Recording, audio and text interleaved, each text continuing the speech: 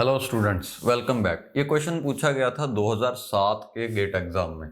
1 mark का question है और 10 से 15 सेकंड में आप इसे सॉल्व कर सकते हो अगर आपने अच्छे से प्रैक्टिस किया हुआ है।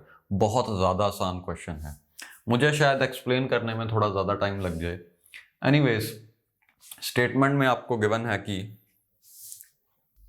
a processor takes 12 cycles to complete an instruction I.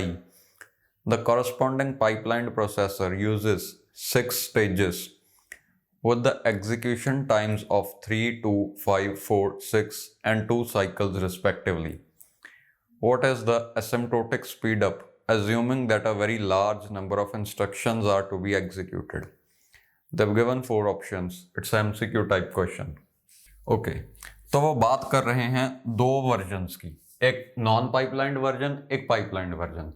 Non पाइपलाइंड version को 12 साइकिल्स की ज़रूरत पड़ती है किसी एक इंस्ट्रक्शन को कंप्लीटली एग्जीक्यूट करने के लिए, और पाइपलाइंड वर्जन में क्योंकि 6 स्टेजेस हैं तो सभी स्टेजेस को अलग अलग नंबर ऑफ साइकिल्स की ज़रूरत पड़ती है। ओके,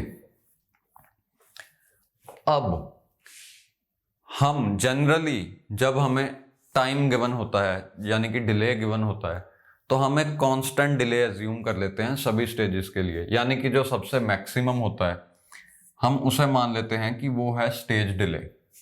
यहाँ पे सबसे मैक्सिमम नंबर ऑफ साइकिल्स कितने हैं, इस क्वेश्चन में आपको साइकिल्स गिवन है, तो मैक्सिमम नंबर ऑफ साइकिल्स यहाँ पे हैं 6। तो हम मान लेंगे कि हर स्टेज को 6 साइकिल्स चाहिए।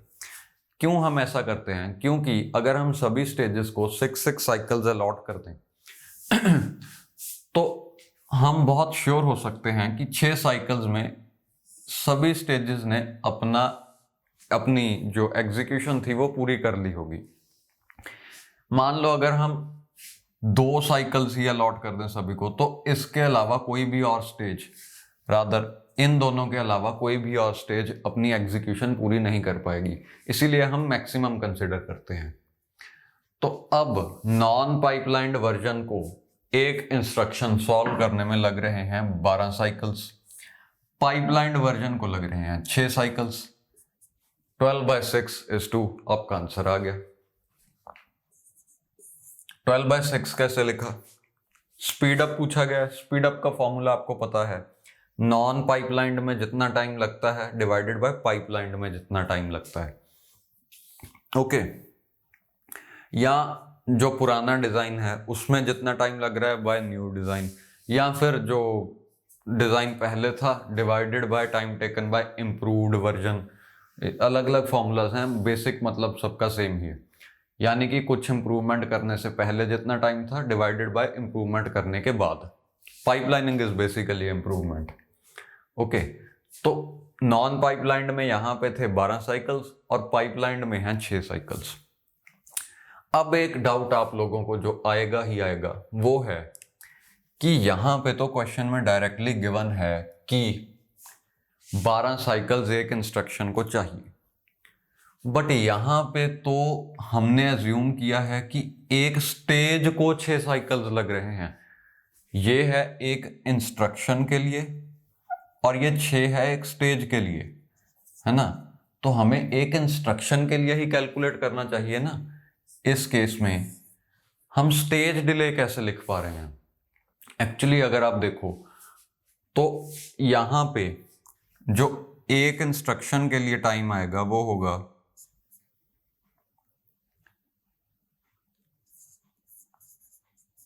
पहले तो टोटल टाइम इतना आएगा। अगर हमारे पास n इंस्ट्रक्शंस हैं तो पहली इंस्ट्रक्शन 36 साइकिल्स लेगी, क्योंकि इनिशियली पाइपलाइन पूरी एम्प्टी है, तो हर स्टेज 6 साइकिल्स ले रही है, ऐसा हम मान चुके हैं।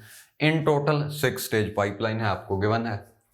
तो पहली इंस्ट्रक्शन को लगे 36 साइकिल्स।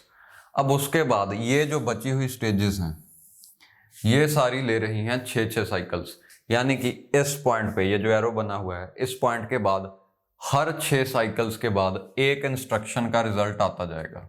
ओके, तो बची हुई n-1 इंस्ट्रक्शंस को लग रहे हैं 6 सेकंड्स। इन दोनों का टोटल कर दो और आपको आपका आंसर मिल जाएगा। ये किया हुआ बहुत सारी बुक्स ने बहुत ओके। तो बीच में ही बैटरी खत्म हो गई थी। एनीवेज, मैं आपको बता रहा था कि ये बहुत सारी बुक्स में ऐसा सॉल्यूशन दिया गया है।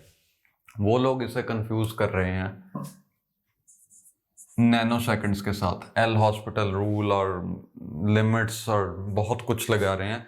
उस सब की कोई ज़रूरत नहीं है। This one is a simple question, don't over complicate it. यहाँ पे ऐसा होना चाहिए था, बट आपको गिवन है very large number of instructions, यानी कि n की वैल्यू बहुत बड़ी है, तो आप इस 36 को निगलेक्ट कर सकते हो। ओके, 36 को भी निगलेक्ट कर दोगे और ये -1 को भी निगलेक्ट कर सकते हो, क्योंकि n इज वेरी लार्ज। अगर आपको ये थोड़ा सा सही नहीं लग रहा तो मैं एक और वे से आपको समझाता हूं। इसे हम 6 कैसे मान रहे हैं, ये क्वेश्चन था ना। एक्चुअली वो बीच में फ्लो खराब हो गया बैटरी खत्म होने की वजह से। So anyways, I try. देखो, यहां पे n नंबर ऑफ इंस्ट्रक्शंस के लिए मैं कह रहा हूं कि 6n इतने क्लॉक साइकिल्स लगेंगे। तो एक इंस्ट्रक्शन के लिए कितने आए, डिवाइडेड बाय n, यानी कि एक इंस्ट्रक्शन के लिए बचे 6 क्लॉक साइकिल्स। वो मैंने वहां पे लिखा हुआ है। अब हम इसी का प्रूफ देख रहे हैं। ओके, तो हम 36 और 1 को निगलेक्ट कर सकते हैं। ऐसा क्यों? यहां पे आप देखो, अगर n की वैल्यू है 1 तो कितने साइकिल्स लग रहे हैं, तब लगेंगे 36 साइकिल्स और यहां पे होगा 0। ओके, बिकॉज पहली इंस्ट्रक्शन ही है और उसे 36 चाहिए।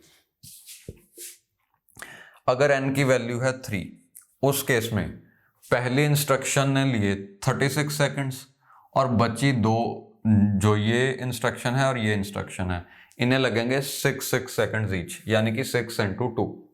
सिमिलरली 100 इंस्ट्रक्शंस के लिए आप देख सकते हो इतना है। अब जैसे ये n की वैल्यू बहुत ज्यादा बड़ी हो जाए, अगर जैसे 10,000, इस केस में क्या होगा? इस केस में आप देख सकते हो जो टाइम लगेगा वो होगा 36 + 9,999 मल्टीप्लाइड बाय 6। ओके, अब आप देखो ये वैल्यू इतनी बड़ी है कि हम इस 36 को निगलेक्ट कर सकते हैं। You getting my point? दो केसेस हो सकते हैं, या तो आप मान लो ये 36 है 0, ये 36 हो गया 0, इसे हमने निगलेक्ट कर दिया। और उस केस में एक अजम्पशन आपको और करनी पड़ेगी, इस 4 टाइम्स 9 को आप मान लो 10,000। This is 10,000 × 6। या आप एक अजम्पशन कर सकते हो, इस 36 को कंप्लीटली निगलेक्ट करने की जगह आप इसे सिंपली मान लो 6 ओनली। ओके, उस केस में भी ये 10,000 × 6 बन जाएगा। और अगर आपने डायग्राम से समझना है फिर तो और भी आसान है। ये है फर्स्ट इंस्ट्रक्शन, ये है रिमेनिंग n-1 इंस्ट्रक्शंस। अब ये पार्ट अगर इतना बड़ा हो जाए कि यहाँ पे इतनी ज़्यादा इंस्ट्रक्शंस हैं, आप क्या कर सकते हो? आप सिर्फ इस एक इंस्ट्रक्शन को निगलेक्ट कर रहे हो और आप मान रहे हो कि हर इंस्ट्रक्शन को ऑन एवरेज 6 ही लग रहे हैं, सिर्फ ये एक इंस्ट्रक्शन एक्सेप्शन है। That's it. ओके, इसी वजह से मैंने यहाँ पे 6 लिखा हुआ है। सो 12 divided by 6, 2, which is your speed up and your answer. It's option B, या ऑप्शन नंबर B, 2।